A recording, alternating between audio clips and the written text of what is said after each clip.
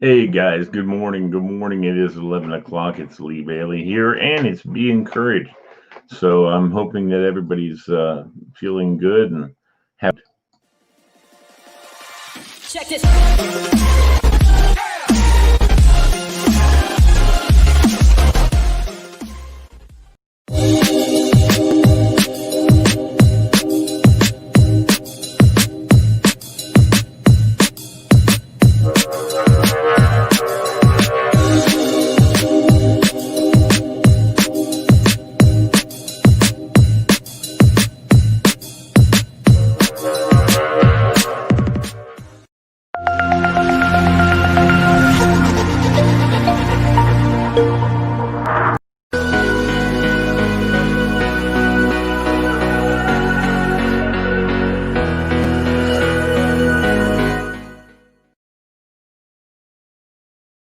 All right. Well, good morning. Hello, everybody. I've already been up and at it today. Look at that black and blue. They had to take some blood, then they had to take some more blood. And you know how you guys know how it goes. I'm reckoning most of y'all. In fact, I'm curious if it knows anybody's ever not had blood taken. That would be an interesting thought. I wonder if there's such a person out there. If there is, they might be a robot. Have to change your oil though, if you are, right? Anyway, I'm just here today because I wanted to reach out and touch some people today at 11 o'clock because I haven't been on at 11 very often recently anyway. And there's my friend Tor Arsala. He says, happy Wine Wednesday, friends. He doesn't drink wine, ladies and gentlemen, just so you know. This Friday will be his last show for a few weeks, unfortunately. He'll be super busy, and I know why. Trying to rig the election. What? Just kidding. I know better than that. He's a good man, that boy Tor Arsala. One of our favorites. But I have a feeling he's going to find his time. He's going to find time to join in on some of the shows just because that's the kind of man he is. All right, so let's take a look at some things today and see if that's not working. Let's see something here. Boom, boom, boom, boom, boom. Anyway, sunshine. There it is, Sunny Skies.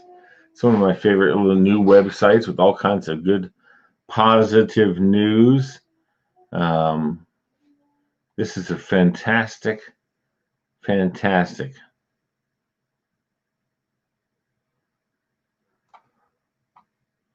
Let me see here. So what do we want to look at? We want to look at, there's a guy who's driving around a town, and the community knows him, and he likes to drive around every Halloween dressed as Michael Myers. And, and people aren't scared because they all know him. Is that Dad? I'm not going to have any more friends. Oh, though we love our children, don't we? Yep. As a matter of fact, this guy's pretty funny. Walking around. Anyway, it's all videos, so you need to go to Sunny Skies with a Z and check that out because it's kind of fun. Well, here we go. So somebody just so you guys know, this is what's kind of cool. This guy tweeted, "I am not okay. Feeling rock bottom. Please take a few seconds to say hello if you see this tweet. Thank you." People all over the world tweeted back to this guy, telling him how much, they were thinking about him and hoping everything was fine. And turns out, probably did lift his spirits. There's more than one person out there thinking about him today. Anyway, so virtual. So this is kind of an interesting story. I wanted to pass along to you guys. Um, a teacher giving a virtual lesson saves the life of a student's grandmother. First grade teacher in Michigan is being recognized for her efforts that helped save the life of one of her students' grandmothers. Julia Koch, or Koch, or Koch, or Koch, or Koch, was teaching her class at Edgewood Elementary School when she received a call from a grandparent who was having technical problems with her granddaughter's computer. But Koch noticed a more serious problem: the slurring in the woman's speech. It was clear there was something very wrong. Her words were so jumbled, and I couldn't understand what she was trying to say. She didn't sound like herself. She quickly alerted the school principal, Charlie Lovelady, who called 911. Phillips was having a stroke, and while she remains hospitalized, she is expected to survive. I knew the symptoms of a stroke because I lost my father from a stroke, so I told her, hold on, and immediately got her help, Coach said. Which she's still at the hospital. Phillips said she is slowly recovering. Thank you for saving my life, Phillips said. If it weren't for them giving me the help I needed, I would have just not been here. Anyway, so that's cool of her, I tell you. And my wife was here, but now she's left. Didn't even want to say hi. No, I'm just kidding. Yeah, so there's lots of that's kind of cool. The mother's staying on top of it and staying on top of what's going on and learning and leading the way. Also having a chance to help somebody else in the time that they needed it. And let's tell a joke today. I love telling these funny jokes. Let's see here. All right, so let's take a look at this and see. A man just finishes his LASIK eye surgery, and his surgeon leads him into the office to discuss the surgery. So, would you like the good news or the bad news first? The surgeon says. The man excitedly replies, I'll take the good news first. The surgeon says, well, you're about to get a new dog.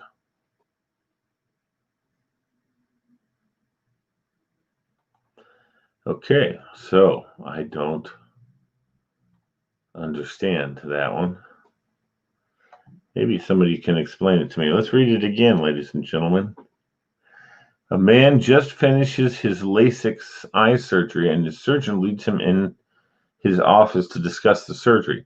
So, would you like the good news or the bad news first? The surgeon says. The man excitedly replies, I'll take the good news first. The surgeon says, well, you're about to get a new dog. All right, cool. That's great.